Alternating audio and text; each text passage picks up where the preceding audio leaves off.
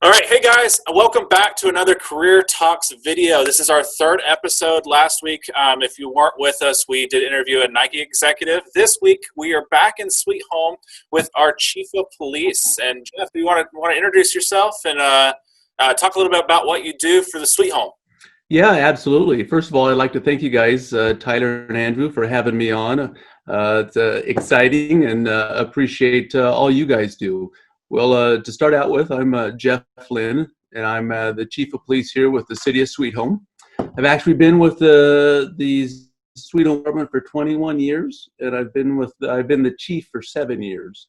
And so one of the best things about this job, it gives me a chance to do some of this type of engagement with kids and just to reach out to the community and explain kind of what we do and who we are. Yeah. Jeff, why don't you tell us, did you always want to be the chief of police? Was that kind of your goal growing up and in your young adult life, or how did that work for you? No, really, I just kind of, I don't want to say I fell into it, but I hadn't ever even thought about being a police officer, let alone getting into management in police. As I grew up, it was never in my mind. I'd actually had some family after I got out of college. I had some family that was in law enforcement, and they kind of encouraged me to check into that path, and I did. And once I actually got into it, I just fell in love with the profession, the career, and just kind of stuck and have been happy ever since. Awesome. So, as the chief of police of the City of Sweethome, when this COVID-19 pandemic kind of comes to a close, what are you most excited about for when the City of Sweethome opens back up? I think like a lot of people, we've all been staying home as much as practical and trying to stay safe. And what I'm looking forward to is really just to get back out and connect, personally, person to person with some of the friends that may have seen online or may have talked to on the phone, but just haven't got a chance to actually sit down with people. So I think that's what I'm looking forward to the most, is just that personal contact again. Awesome. So being chief of police, I'm assuming, has a lot of responsibilities, and you probably have a lot of people that you direct, and a lot of people look to you for leadership. So what do you think your biggest challenge is as being chief of police of Sweet Home would be currently? I think the biggest challenge is really kind of dealing with the different aspects of the job, because it's not just one. I can't deal with just one thing. I can't just go out and deal with the community. Now I need to deal with the employees as well. So I think it's just the different levels that I have to adapt to. Sometimes within the same, obviously in the same day, but sometimes within the same hour. Because there's different expectations. The community has different expectations of me. The city staff have different expectations of me, and our own employees here at the police department have different expectations. So managing all of that, I think, has been really is a challenge. Well, in with all the challenges and stuff that you do, what would you say with your position is probably the most rewarding as well? Well, I think that's probably the same from when I started, because even the challenge in my job somewhat changed from when I first became a police officer, but I still get the chance to two things. One, to help people on the basic level. We still get that opportunity as police officers to help people when they need the help. But the second thing that I've grown into in the role I'm at right now is just the ability to make changes and make more of a difference. Awesome. So when we're doing these videos really for juniors and seniors that are kind of trying to think and figure out what their career is going to be. Being 17 and 18 years old, that doesn't come natural. Even at 26 now, I'm still confused about where my career path is, and I think a lot of people struggle with that. So any advice that you would give to juniors and seniors now that are looking to try to kind of make decisions, if it's advancing their schooling or if it's going into trade, what kind of advice would you give to those that are trying to figure out where they want to be in 20 years or 10 years down the road?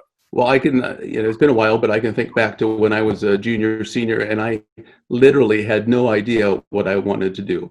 When I went to college, I went and ended up getting a degree in economics, but initially started out in business because I just felt that would give me some options. And really what I encourage, I have several kids. So my youngest one's going to be senior next year. And so basically what I've just tried to encourage them to is look forward and set yourself up for success in the future, because I doubt if most people knew exactly what they wanted to do when they were in high school or getting out of high school. I didn't. Like I said, I was out of college for 4 years before I realized that law enforcement, this is the profession I want to be. And so set yourself up for success. And that might be different things. That might be going to a secondary school. It might be going to a formal 4-year college. It might be a trade school. It might, who knows? But set yourself up so you can succeed in the future when you realize what you want to do. Cool. So, Jeff, what are some places, or what is your favorite place, I guess, to like visit or travel when you're not being the active chief of police? Well, I think, actually, my wife and I, we just went on a trip about a year and a half ago. We went to Malaysia, and that was the first chance that we really had to get out of the country in that style of travel. And we went to visit one of our kids who was stationed over in Malaysia, and we absolutely loved that experience. The Southeast Asia lifestyle, we just fell in love with it. So right now, I'd say Malaysia is one of the favorite places that I've ever been. Yeah. Any good food that you tried while you were out there? Oh, the food was phenomenal, and again, it was just a different culture that we hadn't experienced before, and so we're looking to go back, whether it's to Malaysia or to Thailand. Fantastic food, extremely nice people. We had a great time. Oh, good. That's awesome. So a lot of people have really great mentors in their life that really aspire them to be who they are and who they become. Is there anybody in your life that you have looked up to, maybe be a teacher, maybe be a fellow police officer, that has helped mold who you wanted to become? Well, I think to point out one, I think it'd be kind of hard. Yeah. There's been a number of people in my life. You can get to the basics of my parents and the